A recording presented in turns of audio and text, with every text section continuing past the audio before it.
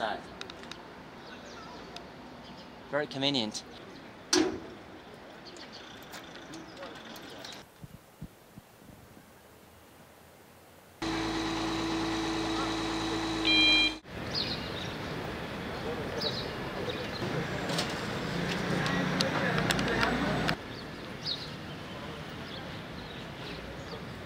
I have checked a lot of sites, a lot of construction sites, and I found out that all the contractors, almost all contractors, has problems in terms of service, in terms of spare parts supply.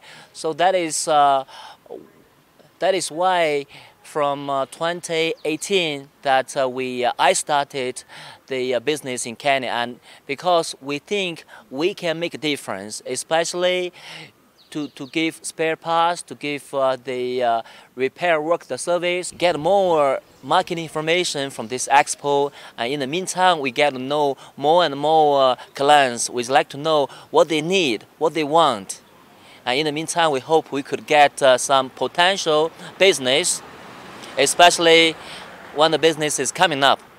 And I hope it will come up soon.